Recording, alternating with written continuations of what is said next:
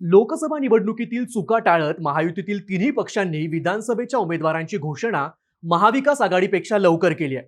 भाजपनं 99 उमेदवारांची, एकनाथ शिंदे गटानं 45 उमेदवारांची, तर अजित पवार गटानं 38 उमेदवारांची पहिली यादी जाहीर केली आहे.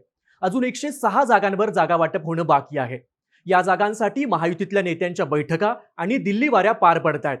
मात्र महाविकास आघाडीच्या तुलनेत महायुतीनं जागा वाटपात आघाडी घेतली आहे.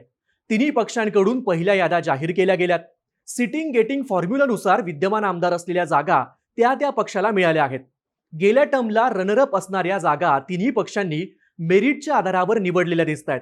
काही ठिकाणी भाजपनं शिंदेंच्या जागा घेतल्या आहेत, तर काही ठिकाणी शिंदेंनी भाजपच्या. थोडक्यात महायुतीचं जागा वाटप सुरळीत पार पडताना दिसतं आहे. पण महायुतीतील तिन्ही पक्षांच्या पहिल्या यादीची वैशिष्ट्य नेमकी काय आहेत? या तिन्ही पक्षाच्या याद्यात कोणते कॉमन पॉइंट आहेत पाहूयात या व्हिडिओतून. नमस्कार, मी सुमित आणि तुम्ही बघताय बोल भिडू. महायुतीच्या तिन्ही पक्षातील पहिला कॉमन पॉइंट म्हणजे निष्ठावंतांना रिपीट केलं गेलंय.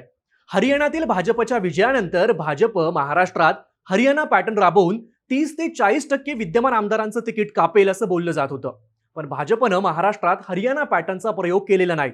पण भाजपनं जाहीर केलेल्या 99 उमेदवारांच्या पहिल्या यादीत विद्यमान 80 आमदारांना पुन्हा तिकीट दिलं गेलंय. फक्त 10 नवीन चेहऱ्यांना पक्षाने संधी दिली आहे. थोडक्यात भाजपनं नवीन उमेदवार देऊन विद्यमान आमदारांची वोट बँक हलू दिलेली नाही. तसंच भाजपनं विद्यमान आमदारांना तिकीट रिपीट करून संभाव्य बंडखोरी देखील टाळली आहे. कारण भाजपकडे 70च्या जवळपास असे आमदार आहेत ज्यांनी 2 टर्म पूर्ण केल्यात.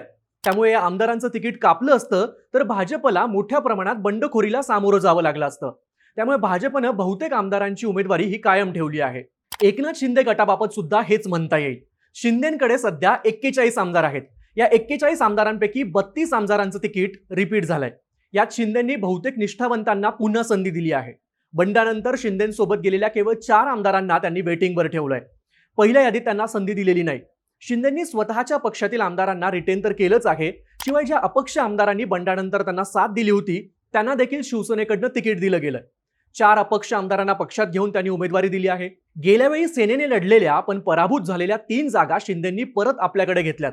यात 2009 सालची सेना विजयी झालेली दर्यापूरची जागा हिचा देखील समावेश आहे. शिंदेंनी राजापूर विधानसभा महायुतीतून आपल्याकडे घेऊन नाराज असलेल्या किरण सामंत यांना शांत करण्याचा प्रयत्न केलाय. तसंच शिंदेंनी ज्या 5 आमदारांना तिकीट रिपीट केलं नाही त्यांच्या घरात कुणाला तरी शिंदेंनी तिकीट दिलंय. थोडक्यात शिंदेंनी बंडानंतर साथ दिलेल्या कुणालाही दुखावण्याचा प्रयत्न केलेला नाही. अजितदादांनी सुद्धा बंडानंतर आपल्यासोबत आलेल्या 40 पैकी 32 आमदारांचं तिकीट रिपीट केलंय, तर 6 नवीन चेहऱ्यांना संधी दिली आहे. थोडक्यात महायुतीच्या पहिल्या यादीचा कॉमन पॉइंट आहे तो म्हणजे महायुतीनं निष्ठावंतांना नाराज केलेलं नाही. महायुतीच्या यादीचा दुसरा कॉमन पॉइंट म्हणजे तिन्ही पक्षांनी विद्यमान मंत्र्यांना पुन्हा संधी दिली आहे. मागच्या निवडणुकीत भाजपनं महाराष्ट्रात धक्कातंत्राचा अवलंब केला होता. अनेक विद्यमान आमदारांसह मंत्र्यांची तिकीट देखील कापली होती. तत्कालीन शिक्षण मंत्री विनोद तावडे यांचंही तिकीट कापलं गेलं होतं. पण यंदा भाजपसह मित्रपक्षांनी हा प्रयोग टाळलाय. त्यांनी आपापल्या मंत्र्यांना रिपीट केलंय. एकाही मंत्र्यांचं तिकीट कापलेलं नाही. भाजपकडे सध्या 10 मंत्री आहेत. त्या सगळ्यांना पुन्हा तिकीट देण्यात आलंय. शिंदे गटाकडे 8 मंत्री आहेत. त्या सगळ्यांना पुन्हा एकदा संधी दिली गेली आहे. शिंदे गटाचे माजी मंत्री संदीपान भुमरे हे लोकसभेवर निवडून गेल्यानं त्यांच्या जागी त्यांच्या मुलाला पैठणमधून तिकीट दिलं गेलंय. अजित पवार गटानं देखील हाच पॅटर्न राबवत 9 मंत्र्यांना रिपीट केलंय. एकूणच तिन्ही पक्षांनी कोणत्याच मंत्र्याला दुखावण्याची रिस्क घेतलेली नाही. महायुतीच्या यादीचा तिसरा कॉमन पॉइंट म्हणजे उमेदवारांची घराणेशाही. भाजपने 99 उमेदवारांची पहिली यादी जाहीर केली आहे. यात 9 उमेदवार असे आहेत ज्यांच्या घरात राजकीय पार्श्वभूमी आहे. यात भाजपनं राज्यसभा खासदार अशोक चव्हाण यांच्या कन्या श्रीजया चव्हाण यांना भोकरमधून, आमदार बबनराव पाचपुते यांच्या पत्नी म्हणजे प्रतिभा पाचपुते यांना श्रीगोंद्यातून, इचलकरंजीमधून प्रकाश आवाडे यांचे पुत्र राहुल आवाडे यांना, चिंचवडमधून लक्ष्मण जगतापांचे बंधू शंकर जगताप यांना, रावेरमधून माजी खासदार हरिभाऊ जावळे यांचे पुत्र अमोल जावळे यांना तिकीट दिलंय. यात रावसाहेब दानवे यांच्या पुत्राचा देखील म्हणजे संतोष दानवे यांचा देखील समावेश होतो. शिंदे गटाने सुद्धा 45 उमेदवारांच्या पहिल्या यादीत 5 तिकीट विद्यमान आमदारांच्या घरात दिलेत. यात शिंदेंनी एरंडोल विधानसभेतून विद्यमान आमदार चिमणराव पाटील यांचे पुत्र अमोल पाटील, चोपड्यातून लता सोनवणे यांचे पती चंद्रकांत सोनवणे, पैठणमधून खासदार संदीपान भुमरे यांचे पुत्र विलास भुमरे, जोगेश्वरी पूर्वमधून खासदार रवींद्र वायकर यांच्या पत्नी मनीषा वायकर, राजापूरमधून उदय सामंतांचे बंधू किरण सामंत आणि खानापूरमधून अनिल बाबरांचे पुत्र सुहास बाबर यांना तिकीट दिलंय. अजितदादांच्या यादीत मात्र उमेदवारांची घराणेशाही दिसून येत नाही. कारण महत्त्वाचे नेते स्वतः निवडणुकीच्या मैदानात आहेत.